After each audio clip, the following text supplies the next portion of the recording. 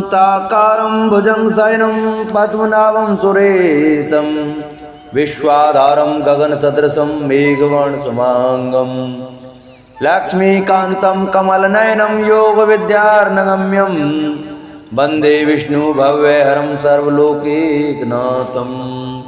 मंगलम भगवान विष्णु मंगलम गरुड़ध्वज मंगलम पुंडरीकाक्ष मंगलाय तनूहरि। बोलो भागवत भगवान की जय। प्रिय भक्तजनों, आज हम आपको श्रीमद् भागवत महापुराण के 4वें अध्याय और 5वें अध्याय की कथा सुनाएंगे, जिसमें कि राजा का सृष्टि विषयक प्रश्न और सुखदेव जी का कथा का प्रारंभ और सृष्टि वर्णन की कथा सुनाई जाएगी। सभी भक्तजन हमारी कथा को बड़े श्रद्धा भाव से सुने। जो भक्त हमारे चैनल पर नए आए हैं, जिन्होंने अभी तक चैनल को सब्सक्राइब नहीं किया है, वो चैनल को सब्सक्राइब करें, वीडियो को लाइक करें और कमेंट में ओम नमो भगवते वासुदेवाय, ओम लक्ष्मी नारायण नमः अवश्य लिखें। आइए भक्तों, कथा को प्रारंभ करते हैं। सूत जी कहते हैं, श्री सुखदेव जी के वचन भगवत तत्व का निश्चय कराने वाले थे। उत्तरानंदन राजा परीक्षित ने उन्हें सुनकर अपनी शुद्ध बुद्धि भगवान श्री कृष्ण के चरणों में अनन्य भाव से समर्पित कर दी। शरीर, पत्नी, पुत्र, महल, पशु, धन, भाई, बंधु और निष्कपट राज्य में नित्य के अभ्यास के कारण उनकी दृढ़ ममता हो गई थी। एक क्षण में ही उन्होंने उस ममता का त्याग कर दिया।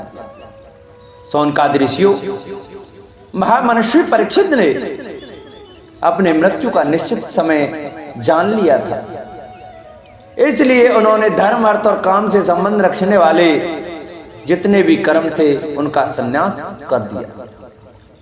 इसके बाद भगवान श्री कृष्ण में सुदृढ़ आत्मभाव को प्राप्त होकर बड़ी श्रद्धा से भगवान श्री कृष्ण की महिमा सुनने के लिए उन्होंने श्री सुखदेव जी से यही प्रश्न किया जिसे आप लोग मुझसे पूछ रहे हैं। परीक्षित ने पूछा, भगवत स्वरूप मुनिवर, आप परम पवित्र और सर्वज्ञ हैं। आपने जो कुछ कहा है वह सत्य एवं उचित है। आप जो जो भगवान की कथा कहते जा रहे हैं, त्यों त्यों मेरे अज्ञान का पर्दा फटता जा रहा है। मैं आपसे फिर भी यह जानना चाहता हूं कि भगवान अपनी माया से इस संसार की सृष्टि कैसे करते हैं। इस संसार की रचना तो इतनी रहस्यमयी है कि ब्रह्मादि समर्थ लोकपाल भी इसके समझने में भूल कर बैठते हैं। भगवान कैसे इस विश्व की रक्षा और फिर संहार करते हैं। अनंत शक्ति परमात्मा किन किन शक्तियों का आश्रय लेकर अपने आप को ही खिलौने बनाकर खेलते हैं। वे बच्चों के बनाए हुए घरौनों की तरह ब्रह्मांडों को कैसे बनाते हैं और फिर किस प्रकार बात में मिटा देते हैं। भगवान श्री हरि की लीलाएं बड़े ही अद्भुत अचिंत्य हैं। इसमें संदेह नहीं है कि बड़े बड़े विद्वानों के लिए भी उनकी लीला का रहस्य समझना अत्यंत कठिन प्रतीत होता है। भगवान तो अकेले ही वे बहुत से कर्म करने के लिए पुरुष रूप से प्रकृति के विभिन्न गुणों को एक साथ ही धारण करते हैं अथवा अनेकों अवतार ग्रहण करके उन्हें क्रम से धारण करते हैं। मुनिवर, आप वेद और ब्रह्म तत्व दोनों के पूर्ण मर्मज्ञ हैं, इसलिए मेरे संदेह का निवारण कीजिए। सूत जी कहते हैं, जब राजा परीक्षित ने भगवान के गुणों का वर्णन करने के लिए उनसे इस प्रकार प्रार्थना की, तब श्री सुखदेव जी ने भगवान श्री कृष्ण का बारंबार स्मरण करके अपना प्रवचन प्रारंभ किया।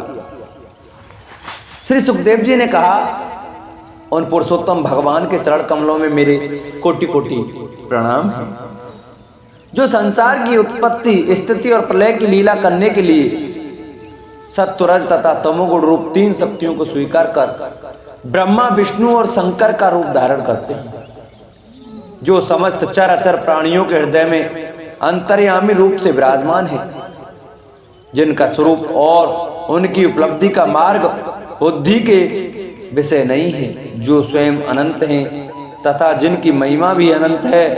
हम उन्हें बार बार उनके चरणों में नमस्कार करते हैं, जो सत्पुरुषों का दुख मिटाकर उन्हें अपने प्रेम का दान करते हैं, दुष्टों की सांसारिक बढ़ती रोककर उन्हें मुक्ति देते हैं तथा जो लोग परमहंस आश्रय में स्थित हैं उन्हें उनकी भी अभिष्ट वस्तु का दान करते हैं, क्योंकि चराचर समस्त प्राणी उन्हीं की मूर्ति है। इसलिए किसी से भी उनका पक्षपात नहीं है। जो बड़े ही भक्त वत्सल हैं और हठ पूर्वक भक्तिहीन साधन करने वाले लोग, जिनकी छाया भी नहीं छू सकते, जिनके समान भी किसी का ऐश्वर्य नहीं है, फिर उससे अधिक तो हो ही कैसे सकता है। तथा ऐसे ऐश्वर्य से युक्त होकर जो निरंतर ब्रह्म स्वरूप अपने धाम में विहार करते रहते हैं, उन भगवान श्री कृष्ण को मैं बारंबार नमस्कार करता हूँ, जिनका कीर्तन, स्मरण, दर्शन, बंधन, श्रवण और पूजन जीवों के पापों को तत्काल नष्ट कर देता है।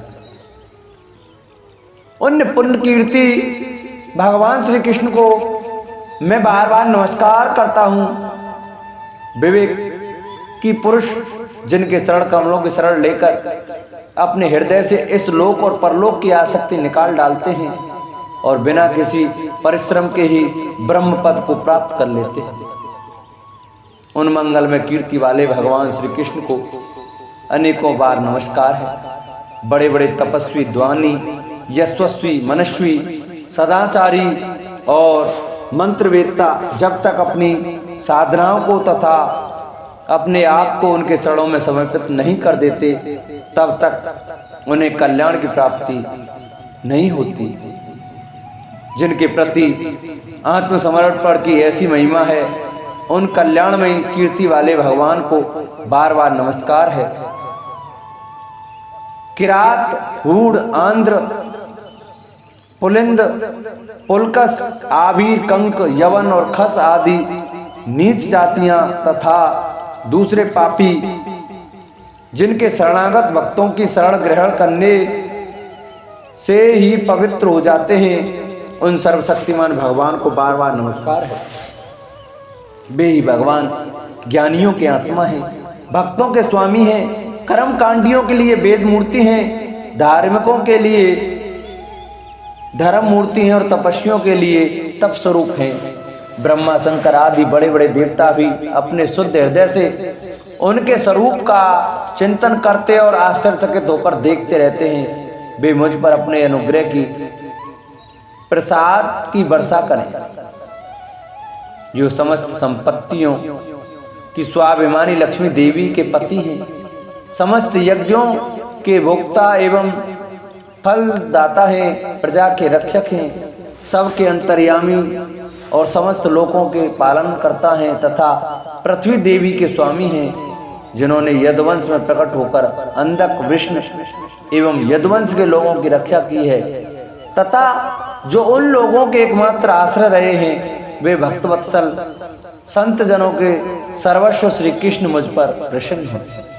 विद्वान पुरुष जिनके चरण कमलों के चिंतन रूप समाधि में शुद्ध हुई बुद्धि के द्वारा आत्म तत्व का साक्षात्कार करते हैं तथा उनके दर्शन के अनंतर अपनी अपनी मति और रुचि के अनुसार जिनके स्वरूप का वर्णन करते रहते हैं, वे प्रेम और मुक्ति के लुटाने वाले भगवान श्री कृष्ण मुझ पर प्रसन्न हैं। जिन्होंने सृष्टि के समय ब्रह्मा के हृदय में पूर्व कल्प की स्मृति जागृत करने के लिए ज्ञान की अधिष्ठात्री देवी को प्रेरित किया और वे अपने अंगों के सहित वेद के रूप में उनके मुख से प्रकट हुई, वे ज्ञान के मूल कारण भगवान मुझ पर कृपा करें, मेरे हृदय में प्रकट हों। भगवान की पंच महाभूतों से इन शरीरों का निर्माण करके इनमें जीव रूप से शयन करते हैं और 5 ज्ञानेंद्रिय, 5 कर्मेंद्रिय, 5 प्राण और 1 मन इन 16 कलाओं से युक्त होकर इनके द्वारा 16 विषयों का भोग करते हैं। वे सर्वभूत में भगवान मेरी वाणी को अपने गुणों से अलंकृत कर दे। संत पुरुष जिनके मुख कमल से मकरंद के समान झरती हुई ज्ञानमय सुधा का पान करते रहते हैं, उन वासुदेवतार सर्वज्ञ भगवान व्यास के चरणों में मेरा बारंबार नमस्कार है। परीक्षित, वेद गर्भ स्वयंभू ब्रह्मा ने नारद के प्रश्न करने पर यही बात कही थी जिसका स्वयं भगवान नारायण ने उन्हें उपदेश किया था, और वही मैं तुमसे कह रहा हूँ। 5वां अध्याय सृष्टि का वर्णन। नारद जी ने पूछा, पिताजी आप केवल मेरे ही नहीं सबके पिता, समस्त देवताओं में श्रेष्ठ एवं सृष्टि करता है, आपको मेरा प्रणाम है। आप मुझे वह ज्ञान दीजिए जिससे आत्म तत्व का साक्षात्कार हो जाता है। पिताजी, इस संसार का क्या लक्षण है, इसका आधार क्या है, इसका निर्माण किसने किया है, इसका प्रलय किस में होता है, यह किसके अधीन है, और वास्तव में यह है क्या वस्तु, आप इसका तत्व बताइए। आप तो यह सब कुछ जानते हैं, क्योंकि जो कुछ हुआ है, हो रहा है या होगा, उसके स्वामी आप ही हैं। यह सारा संसार हथेली पर रखे हुए आंवले के समान आपकी ज्ञान दृष्टि के अंतर्गत ही है। पिताजी, आपको यह ज्ञान कहां से मिला, आप किसके आधार पर ठहरे हुए हैं, आपका स्वामी कौन है और आपका स्वरूप क्या है। आप अकेले ही अपनी माया से पंचभूतों के द्वारा प्राणियों की सृष्टि कर लेते हैं। कितना अद्भुत है। जैसे मकड़ी अनायास ही अपने मुंह से चारा निकालकर उसमें खेलने लगती है, वैसे ही आप अपनी शक्ति के आश्रय से जीवों को अपने में ही उत्पन्न करते हैं, और फिर भी आप में कोई विकार नहीं होता। जगत में नाम, रूप और गुणों से जो कुछ जाना जाता है, उसमें मैं ऐसी कोई सत असत, उत्तम, मध्यम या अधम वस्तु नहीं देखता जो आपके सिवा और किसी से उत्पन्न हुई हो। इस प्रकार सबके ईश्वर होकर भी आपने एकाग्र चित्त से घोर तपस्या की। इस बात से मुझे मोह के साथ साथ बहुत बड़ी शंका भी हो रही है कि आपसे बड़ा भी कोई है क्या। पिताजी, आप सर्वज्ञ और सर्वेश्वर हैं। जो कुछ मैं पूछ रहा हूँ वह सब कृपा करके मुझे इस प्रकार समझाइए कि जिससे मैं आपके उपदेश को ठीक ठीक समझ सकूं। ब्रह्मा जी ने कहा, बेटा नारद, तुमने जीवों के प्रति करुणा के भाव से भरकर यह बहुत ही सुंदर प्रश्न किया है, क्योंकि इससे भगवान के गुणों का वर्णन करने की प्रेरणा मुझे प्राप्त हुई है। तुमने मेरे विषय में जो कुछ कहा है, तुम्हारा वह कथन भी असत्य नहीं है, क्योंकि जब तक मुझसे परे का तत्व जो स्वयं भगवान ही है जान नहीं लिया जाता, तब तक मेरा ऐसा ही प्रभाव प्रतीत होता है। जैसे सूर्य, अग्नि, चंद्रमा, ग्रह, नक्षत्र और तारे उन्हीं के प्रकाश से प्रकाशित होकर जगत में प्रकाश फैलाते हैं, वैसे ही मैं उन्हीं स्वयं प्रकाश भगवान के चिन्मय प्रकाश से प्रकाशित होकर संसार को प्रकाशित कर रहा हूँ। उन भगवान वासुदेव की मैं वंदना करता हूँ, और ध्यान भी जिनकी दुर्जय माया से मोहित होकर लोग मुझे जगतगुरु कहते हैं। यह माया तो उनकी आंखों के सामने ठहरती ही नहीं, झेप कर दूसरे से ही भाग जाती है, परंतु संसार के अज्ञानी जन उसी से मोहित होकर यह मैं हूँ, यह मेरा है, इस प्रकार बकते रहते हैं। भगवत स्वरूप नारद, दिव्य कर्म, काल, स्वभाव और जीव वास्तव में भगवान से भिन्न दूसरी कोई भी वस्तु नहीं है।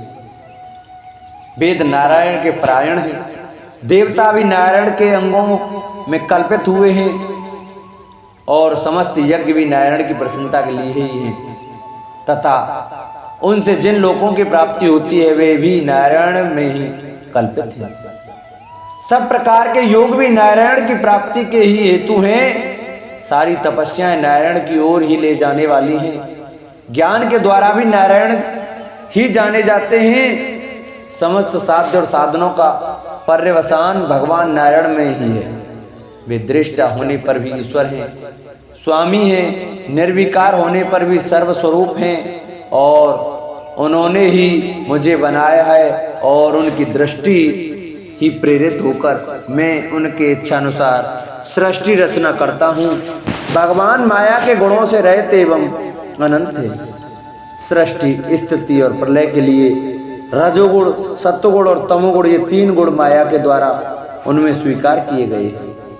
ये ही तीनों गुण द्रव्य, ज्ञान और क्रिया का आश्रय लेकर मायातीत नित्य मुक्त पुरुष को ही माया में स्थित होने पर कार्य कारण और कर्तापन के अभिमान में बांध लेते हैं।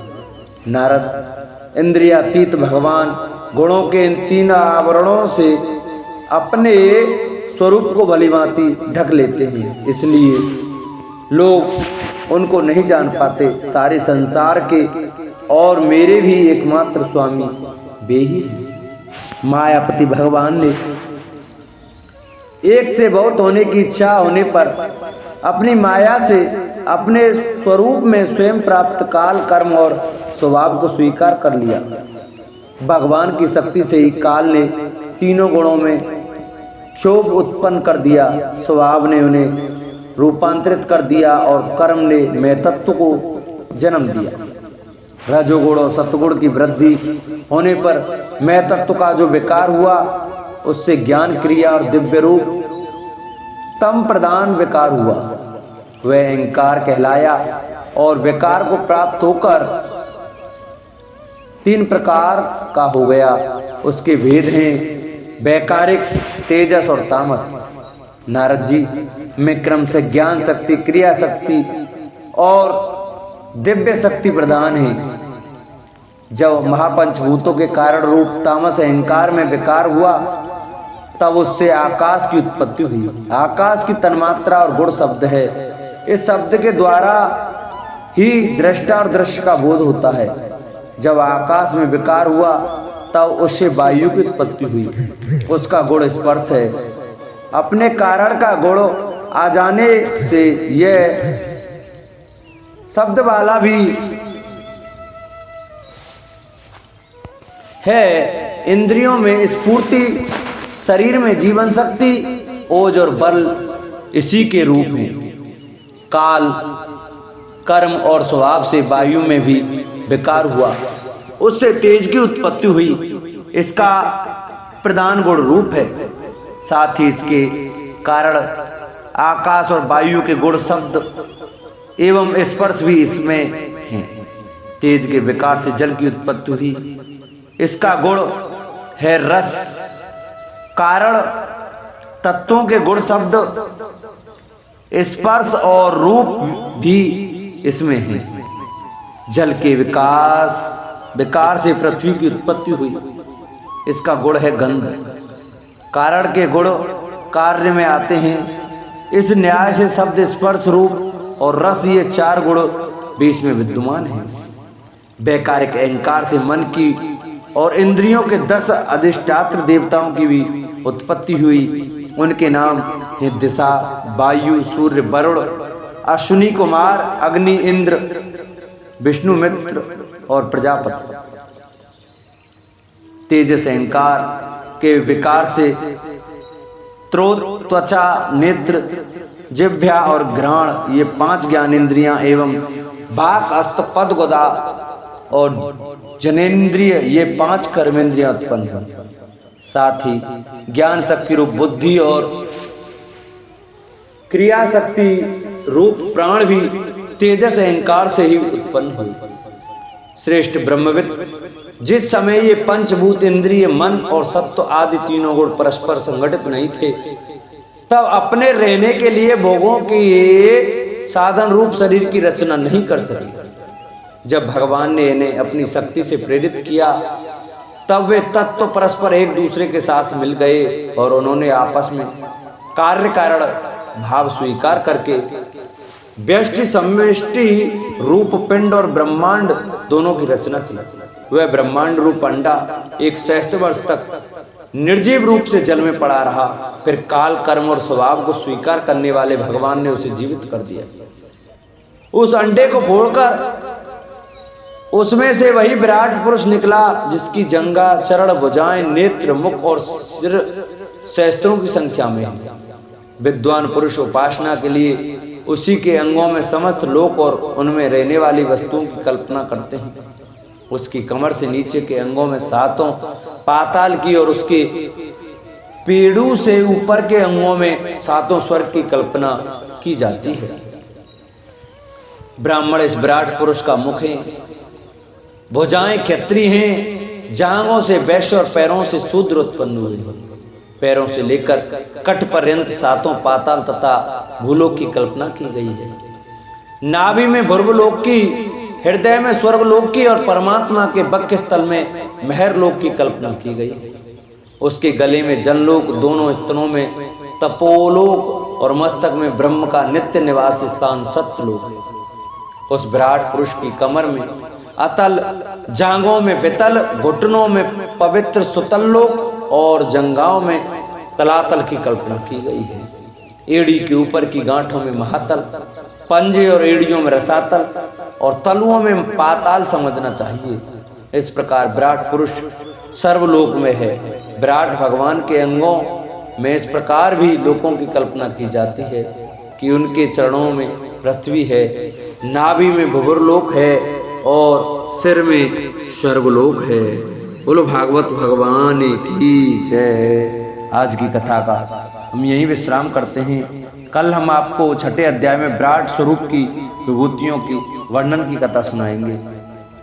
कल की कथा यह होगी, भक्तों, आज जिन भक्तों ने हमारी कथा सुनी हो, जिन्होंने अभी तक हमारे चैनल को सब्सक्राइब नहीं किया हो, वो हमारे चैनल को सब्सक्राइब करें, वीडियो को लाइक करें और कमेंट में ओम नमो भगवते वासुदेवाय, ओम लक्ष्मी नारायणाय नमः अवश्य लिखें। बोलो भागवत भगवान की जय। बोलो सुखदेव भगवान की जय। बोलो परीक्षित महाराज की जय। जय जय श्री राधे।